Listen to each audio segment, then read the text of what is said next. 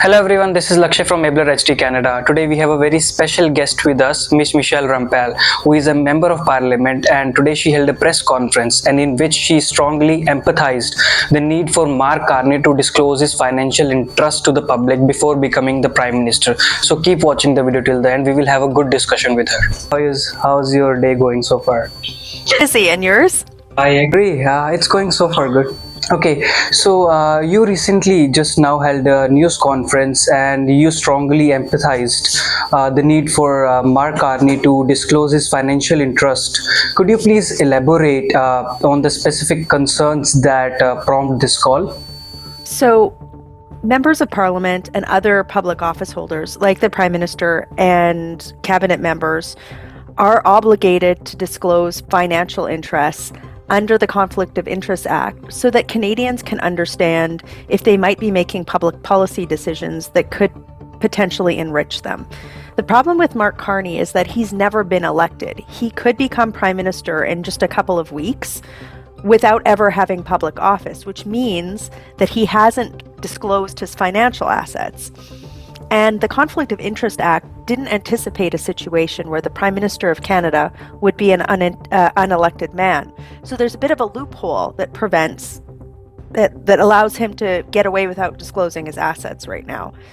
But he's held very senior positions on many multi-billion-dollar companies, including a company called Stripe, which rumors say it's about to go public at a valuation of anywhere between $65 and $85 billion. So if Mark Carney did hold financial instruments as a result of his compensation with the board of directors from that company, then he could stand to benefit from that. Now, it's important because Stripe is also involved in some very senior public policy issues with the government of Canada, which could increase its value. For example, passing along the savings of a certain government program to small businesses. They're not doing that right now.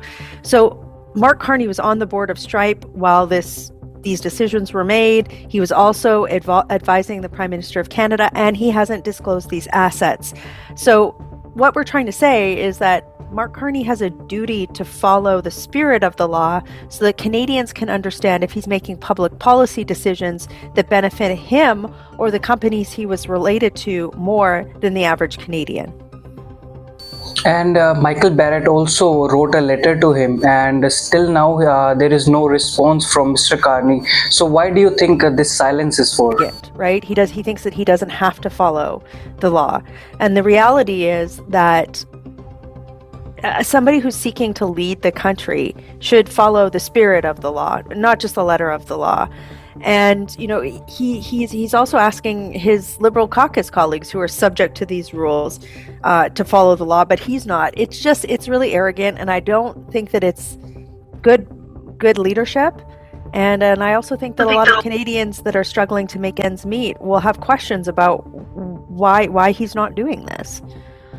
And in regards to his public image and considering Mr. Carney's previous roles, how might undisclosed financial interest will affect his potential influence on Canadian economy? As conflict of interest laws, which actually were introduced by former Conservative Prime Minister Stephen Harper after one of the last major Liberal scandals, the sponsorship scandal, is to prevent public office holders from making public policy decisions that enrich themselves as opposed to thinking only about their constituents. There's a measure of transparency that law requires so that people in the voting public know that their representatives are working in their best interest. So, you know, again, this is why it's so important for him to follow these laws. It's that he wants to be the Prime Minister of Canada. He's going to be the Prime Minister of Canada, most likely, without ever having put his name on a ballot in a general election. And that makes it doubly more important for him to disclose his assets.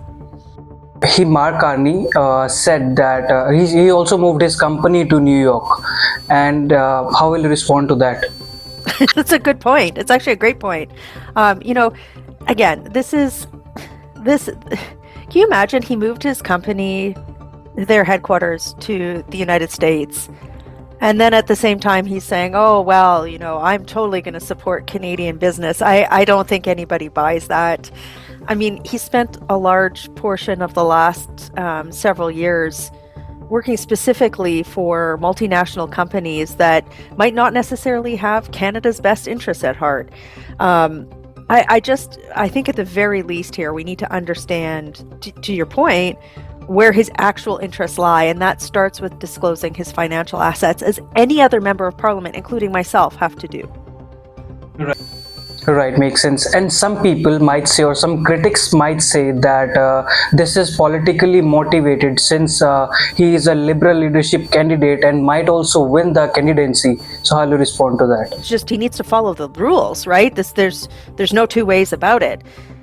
Every member of parliament, regardless of political stripe, has to follow this rule. But he's being sneaky, right? He's using a loophole in the law.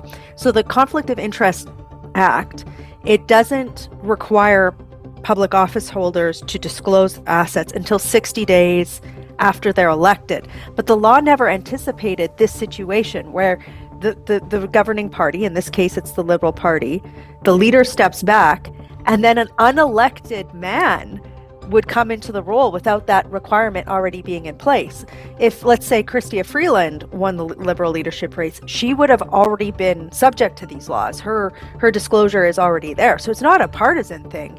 It's the fact that he's exploiting a loophole in the law, and Canadians don't know what his potential conflicts of interest are. So it's more like anybody of any political stripe, including his fellow leadership contestants. I hope Ms. Freeland and Karina Gold and others in the debate say, why won't you disclose this? What do you have to hide? And maybe we can look forward to something like that happening in the Liberal leadership debate next week. And if Mark Carney continues to withhold his financial disclosure, what actions will you take, or other Conservative caucus members will take? Conservatives have been calling for him to disclose this for some time now, and we've also put forward numerous motions at committee meetings to have him appear and explain some of these questions. It's actually been the New Democratic Party that voted with the Liberals over and over again to prevent him from coming to committee.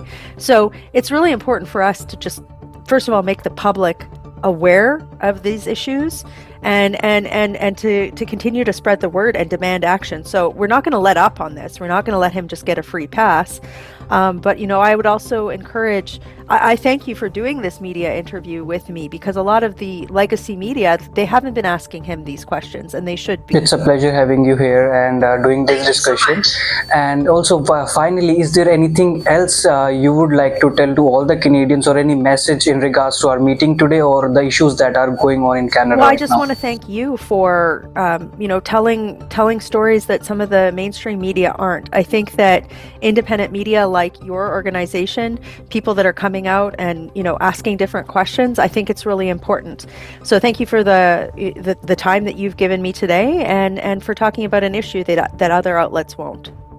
It's a pleasure having you today. Thank you so much for being with us. Thank you. Thank you. Later. Have a good afternoon. You too. Take care. Bye-bye. We had a very good discussion with Miss Michelle in terms of Mark Carney, transparency, and the need for him to disclose his financial interest.